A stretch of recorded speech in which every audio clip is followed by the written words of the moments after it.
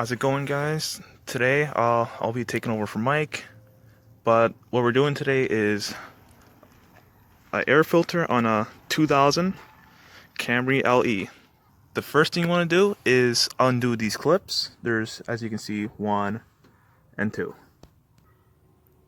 And once you do that, you can lift this up and slide out your air filter.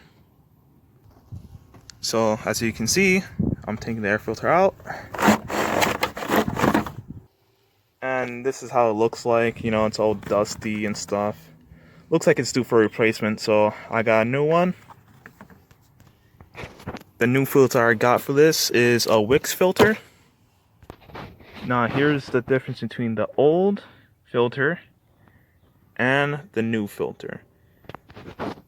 As you can tell, this one's nice and new, clean, and this one is old and needs to be replaced.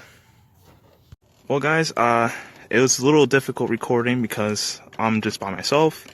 But if you lift up this intake cover, you should get the air filter in. It might be a little troublesome, but you can get it in there.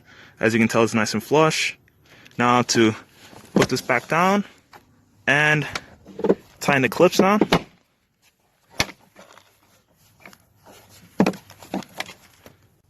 Once you install your filter, you want to make sure you get these hinges lined up. There's one right there, and this one's a little bit hard to see, but it's right here.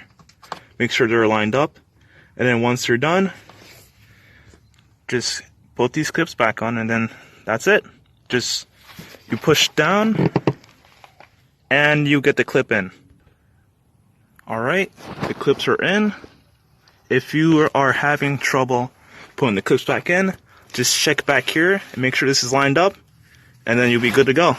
And that's it. This video is nice and short for you guys, but that's it. That's how you do it on this car, which is the 2000 Toyota Camry LE.